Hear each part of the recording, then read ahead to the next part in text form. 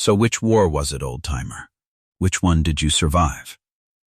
The question arrived on a current of casual contempt, the kind a man deploys when he already knows the answer doesn't matter, when the question itself is the point. It came from Petty Officer First Class Cole Maddox, 29 years old, Naval Special Warfare Operator, recently returned from his 4th overseas deployment, currently occupying the far end of the mess hall table with the posture of a man who has decided the entire room belongs to him. He was physically striking in the way that young men at the top of their physical conditioning are striking, deliberately so, as if the body were a statement he had been composing for years. His uniform was immaculate. His teammates were arranged around him with the easy camaraderie of men who have been through real things together, and it was this, the realness of what they had done, that had given Maddox, somewhere in the last 18 months, the mistaken impression that it made him the measure of everything. The old man sitting 3 seats down the table did not look up. His name was August Crail, and he was 84 years old. He sat alone at the near end of the table with a tray of food he had barely touched, a cup of coffee going cold at his elbow, and the particular stillness of a man who has been still in far more demanding circumstances than a military mess hall on a Thursday afternoon. He was a civilian guest of the base chaplain, who had invited him for a standing Thursday lunch that had been their arrangement for 6 years, and who was currently on the other side of the room in conversation with a group of junior sailors, unaware of what was forming at the long table. August Crail wore a plain button-up shirt the color of old cream, soft from many washings, the collar open at the throat, dark trousers, simple leather shoes that had been resoled at least twice, a light jacket folded over the back of his chair, dark blue, the kind of jacket that gave no information. His hands rested on either side of his tray, the hands of an 84-year-old man, mapworks of veins and age spots, the knuckles enlarged and smoothed by decades, but perfectly still, completely still. Not the stillness of someone ignoring something, the stillness of a man who has already decided what the situation is worth and has allocated accordingly. Maddox waited for an answer. When none came, he exchanged a glance with the operator to his left, Petty Officer Second Class Ryan Letts, 26, who had the good grace to look faintly uncomfortable but not enough grace to say anything about it. Maddox leaned forward slightly, both forearms on the table, and tried again. "I'm asking a sincere question," he said, with the particular intonation of a man for whom sincerity is a performance mode. "I see the jacket, the posture. You've got something in you, I can tell. So which one? Korea? Vietnam? A real question." He gestured around the table. "We've all been downrange. We understand the brotherhood." The mess hall at Naval Special Warfare Command was a long, low-ceilinged room that smelled of industrial coffee and canned soup and the particular odor of bodies that had spent the morning doing physical things and had not yet entirely shed it. The fluorescent lights ran in rows the length of the ceiling, casting the flat, honest light of a place that had no interest in atmosphere. The tables were long aluminum-topped affairs with attached bench seating. The far wall was lined with windows looking out toward the bay, where the afternoon light was doing something bright and indifferent on the water. The room held perhaps 40 people, operators in various stages of lunch, administrative staff, a few civilian contractors. The ambient noise was the low productive hum of a working day's midpoint. It went somewhat quieter when the old man looked up. His eyes were pale gray. Not the blank gray of overcast sky, but the clear, specific gray of early morning before the weather commits to anything, a gray that contained light rather than blocking it. They were clouded at the edges by age, but behind the cloud was a depth that had no comfortable bottom, the kind of depth that suggests the surface has nothing to do with what's underneath. He looked at Maddox with those eyes for a moment. Not through him, not past him, but at him, directly and completely, in the manner of a man who has learned to look at things without flinching from what he finds. Korea, August Crowell said. His voice was a low, dry instrument, the words measured without effort, carrying the cadence of a man who has spoken carefully for so long that it no longer costs him anything. Maddox blinked. He had expected Vietnam at youngest, and Korea was older than Vietnam, which put the math in a range that momentarily reorganized his expression. He recovered quickly. Korea, he nodded slowly. Respect to that, genuinely, the frozen Chosin, all that. He said it the way a person says a phrase they have heard other people say. Which unit? August took a sip of his cold coffee. Several, he said. Maddox looked at his teammates. The look said, "Do you see this?" He turned back. Several units. In Korea. He adopted the patient tone of a man clarifying a timeline. Okay, but Korea ended in 53. You'd have been what, a kid? How old were you in 53? 21, August said. 21 in 53. Maddox did the math visibly on his face. So you were in Korea when you were 20, 21. That's the war you survived. He settled back slightly. There was a performance building now, warming up in him the way an engine warms, and the audience around him was the room, and the room was beginning to notice.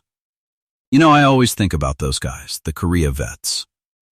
The forgotten war, right? They call it that.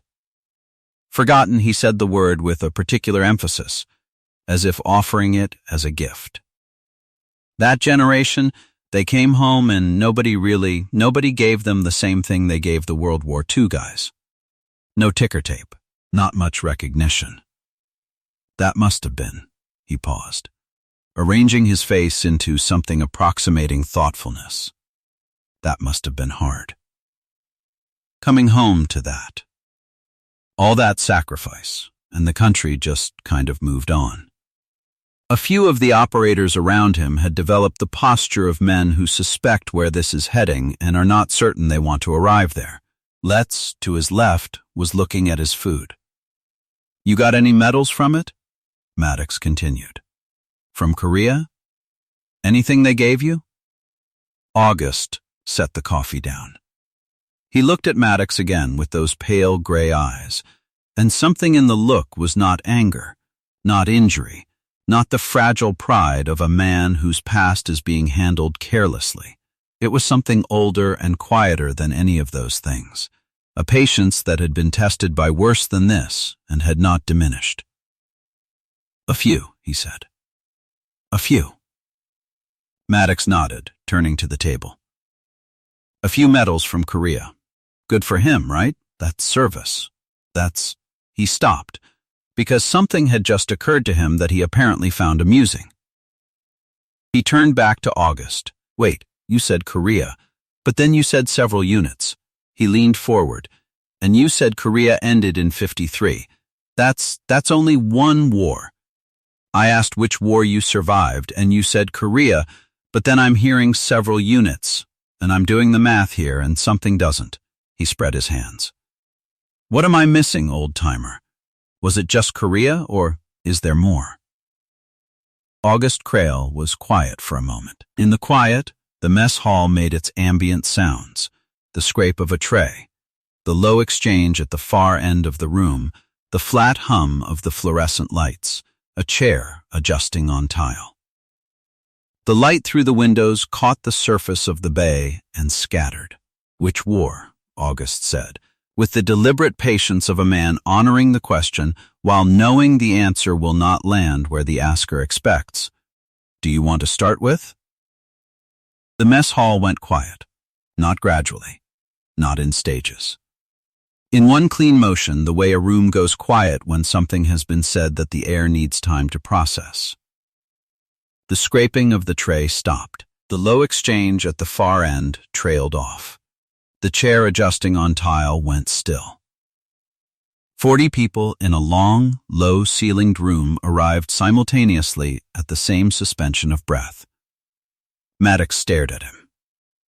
Across the room, a seaman second class named Danny Park was bussing a table near the windows.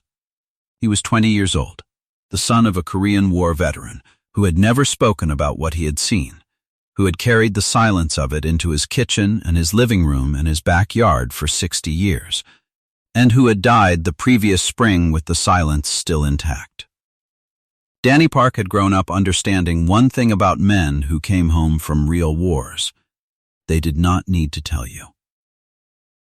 The weight of it was visible in the way they occupied a room, if you knew how to look.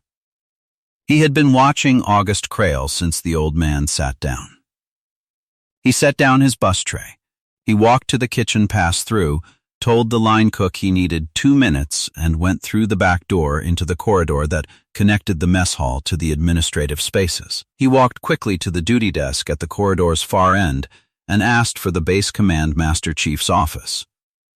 "I need to speak to Master Chief Petty Officer Dowd," he said to the yeoman who answered. "This is Seaman Park, mess hall duty. There's an elderly civilian guest in the mess hall right now. His name is August Crail. I think..." He stopped. He tried again. "I think someone needs to know he's here, before something happens that shouldn't." The yeoman's voice was professionally neutral. "I'll check if the Master Chief is, please," Park said it simply. "Just tell him the name. August Crail. Tell him and see what he does." There was a pause. The sound of a receiver being set down, then a door, then nothing for 7 seconds, which is a long time at a duty desk in the middle of a Thursday afternoon.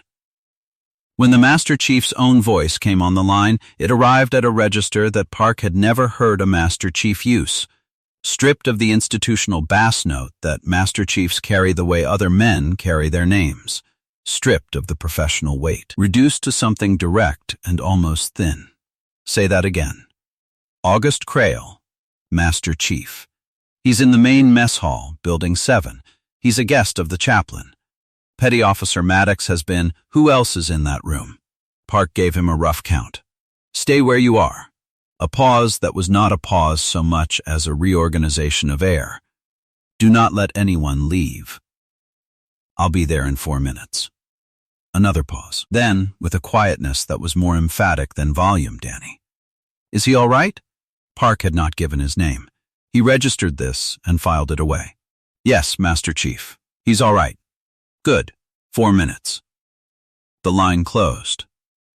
Master Chief Petty Officer Gerald Dowd had served in Naval Special Warfare for 26 years. He had known the name August Crail for 22 of them, had first encountered it in a file he was given during a senior enlisted leadership course as a reference document for the history of Naval Special Warfare's pre-Vietnam underground. The name appearing in 3 separate classified operational summaries as a primary operator designation, each summary more classified than the last. The most classified of the 3 so restricted that its existence had not been officially acknowledged until 2003. He had asked his instructor about the name after class. The instructor, a retired command master chief with 30 years of service and the kind of face that had stopped registering surprise decades ago, had looked at Dowd for a moment, and then said, quietly and without theater, "If you ever meet that man, you stand up." Dowd was out of his office in under a minute. He stopped at his yeoman's desk and said, "Get me Admiral Thacker's aide." He did not say please, which meant the yeoman moved without verifying the instruction. "Tell him August Crail is in the Building 7 mess hall." The Admiral will know what that means. He was already moving. He heard his yeoman begin the call as he went through the door. Rear Admiral James Thacker was reviewing an operational planning document when his aide knocked and opened the door in the same motion, which the aide did not do. The aide said the name. The Admiral looked up from the document. He looked at the aide for 1 second with the focused attention of a man verifying information. Then he stood, and as he reached for his cover, he said in a voice his aide would describe later as the quietest the Admiral had ever used in his presence, "Get the car." Back in the mess hall, Cole Maddox was doing what Cole Maddox did when he encountered a response that unsettled him. He accelerated.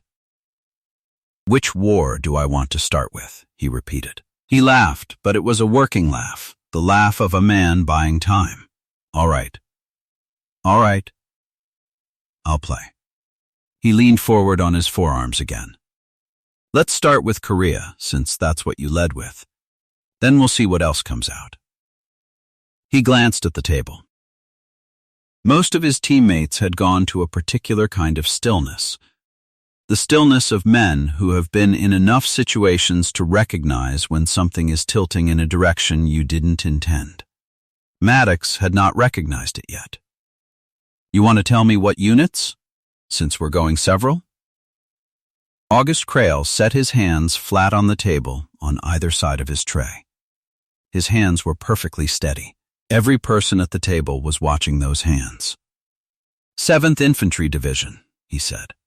Outpost Harry, 1953, then, after the armistice, selected for UT training at Little Creek. Class of 1955. He paused. Underwater Demolition Team 6. Then, after the community reorganization in 62, SEAL Team 2. Original cadre. The mess hall was silent. Then, because the work wasn't done, and because they asked me, and I said yes, 3 deployments to Vietnam. 2 classified operations in Laos that are still partially redacted. 1 operation in 1971 that I cannot discuss in any setting at any classification level. He lifted his coffee cup and set it down again. Then, because the work still was not done. A training and advising role in El Salvador in 1981 and 1982. Then retirement at the rank of Master Chief Petty Officer in 1985 after 29 years. He looked at Maddox with those pale gray eyes, even unhurried. "You asked which war I survived. That depends on how you're counting." Cole Maddox did not speak. Ryan Letts, to his left, had put his fork down. The room was holding itself so still that the fluorescent lights seemed louder, the hum of them filling the space where 40 people's lunch had been. The door at the end of the mess hall opened. Master Chief Dowd came through it first, moving at the particular pace that communicates urgency without conceding composure. Behind him, 2 other senior enlisted personnel. Behind them, the door opened again, and Rear Admiral James Thacker walked into the mess hall in full uniform. 3 rows of ribbons catching the fluorescent light, and the room, which had already gone still, became a different kind of still. The still of a space that understands something formal is occurring. The Admiral did not look at Maddox. He did not look at the assembled operators. He did not survey the room.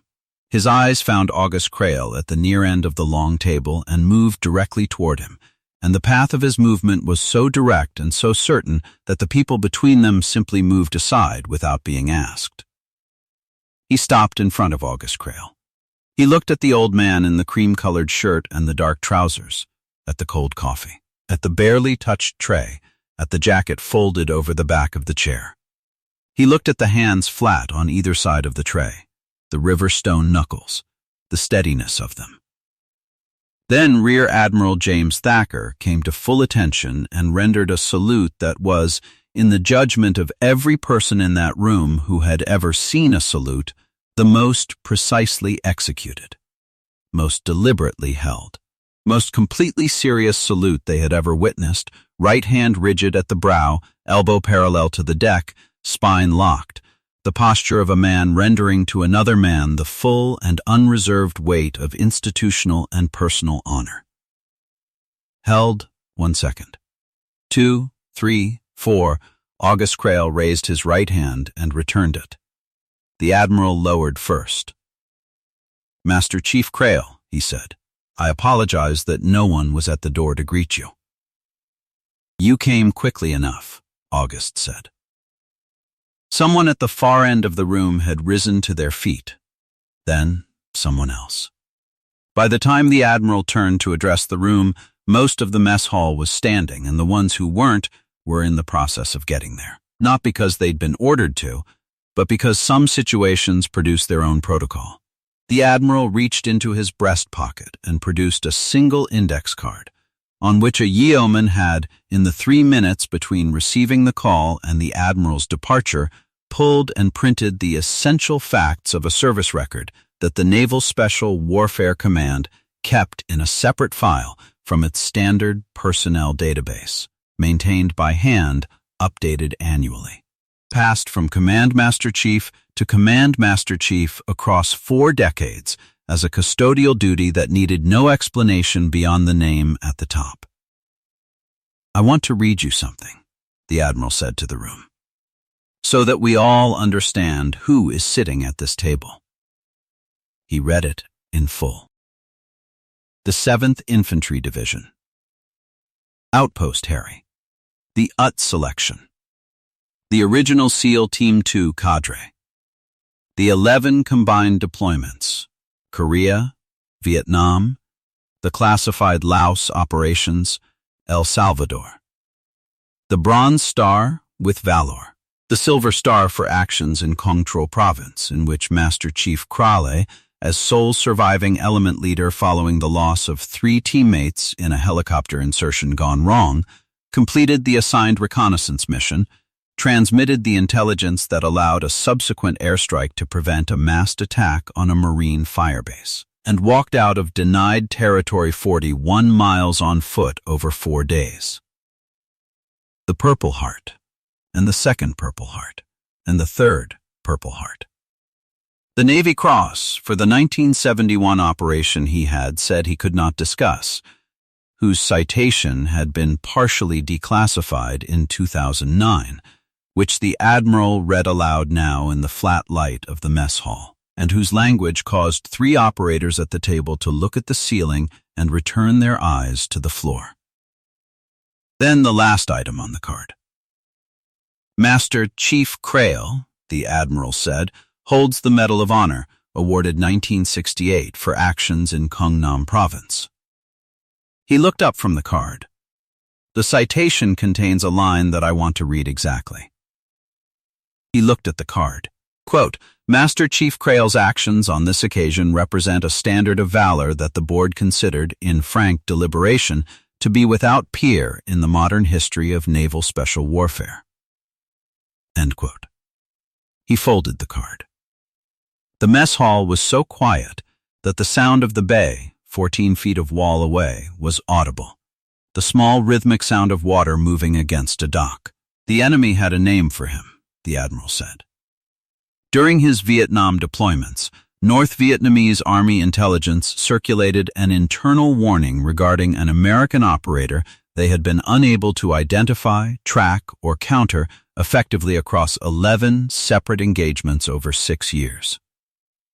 They referred to him in their internal communications as Bung Ti Gi, the Old Darkness, because wherever he was, you would not know it until after. He looked at Cole Maddox. You asked him which war he survived. He paused. The correct question, Petty Officer Maddox, is how. The formal proceedings were handled without excessive theater, a captain's mast, a formal counseling entered in Maddox's service record, a mandatory professional development assignment that the community's senior enlisted referred to, without affection, as the course that showed you what the trident actually weighed. It was not intended as punishment, but as instruction. The distinction mattered, and Maddox came to understand it somewhere around the 3rd week. After the Admiral had spoken, and the record had been read, and the room had returned to a version of itself it would never quite return to exactly, August Krale stood. He did it with the deliberate geometry of a man managing decades of accumulated wear, and he took his jacket from the back of the chair and put it on with the same unhurried patience he brought to everything. He looked at Maddox. He walked to him, not toward the door, toward Maddox, and he stood in front of the young operator and looked at him with those pale gray eyes for a moment. You've done real things, August said. His voice was the same quiet rasp it had been at the beginning, carrying no victory in it, no satisfaction, no diminishment. I can see it in how you hold yourself. The ones who've been through nothing, they hold themselves differently. He paused. But the ones who've been through a great deal sometimes make the same mistake as the ones who've been through nothing. They think that because they've seen a lot, they can see everything. He put his hand briefly, gently, on Maddox's shoulder, the same hand that had rested flat and still on the table for the last 40 minutes. You can't see everything yet. Nobody your age can. He removed his hand.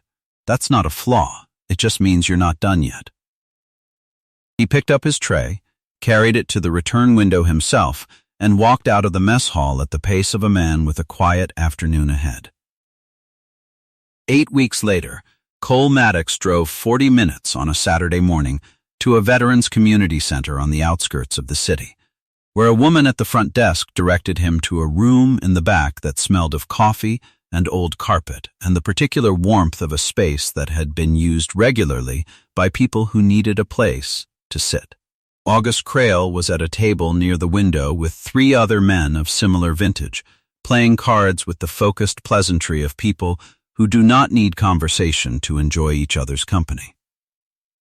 Maddox waited by the door until the hand finished. August looked up. Maddox walked to the table. He stood with his hands at his sides, not at attention, not performing anything, just standing the way a man stands when he has come somewhere specifically to say something and has rehearsed it enough to know that rehearsal doesn't help. I drove here to apologize, he said, for the question, for the way I asked it, for, he stopped, he started again, for not understanding the weight of what I was looking at. August looked at him for a long moment. The 3 other men at the table had gone quietly still, with the unobtrusive patience of people accustomed to the weight of things that need to be said. "Sit down," August said. Maddox sat. August dealt him into the next hand without asking if he knew the game. He did not know the game, but he learned it by watching, which August evidently considered sufficient, because he never explained the rules. They played for an hour. The other men spoke only about the game. August, between hands, asked Maddox one question, where he was from originally, not where he was stationed, and listened to the answer with the complete, unpartitioned attention of a man who still considered other people's answers worth hearing. Maddox answered, and then asked something, and August answered that, and the conversation moved the way conversations move when the people in them have stopped performing and started talking. When Maddox left, he stood at the door for a moment. August had gone back to the cards. He was looking at his hand with the focused placidity of a man who is simply, purely present in the moment he is in. Not in Kungnam Province, not at Outpost Harry, not in a mess hall on a Thursday afternoon.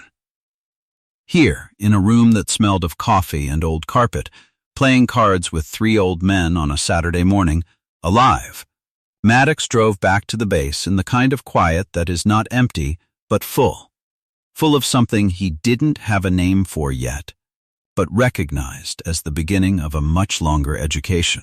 There are men like August Crail sitting in rooms like that one right now, playing cards, drinking coffee, answering questions about their gardens or their grandchildren or the weather, carrying without display or complaint the accumulated weight of things they were asked to do and did, things that you could spend your entire life in safety and never be required to approach. They do not announce themselves. They do not require your recognition. They have the patience of people who have seen enough of the world to understand that recognition arrives or it doesn't. And either way, the cards still need to be played, and the coffee still needs to be drunk, and the morning still needs to be sat through with some measure of grace. You will not always know which war they survived. But if you learn to look, really look, at the stillness, at the hands, at the depth behind the eyes, you will know that they survived something. and that it cost them things they will never invoice. If you were moved by August's story of quiet courage and timeless service, hit that like button. Share this video with someone who needs to see it. And be sure to subscribe to Veterans Valor for more stories of America's unassuming heroes. Word count: approximately 4,050 words.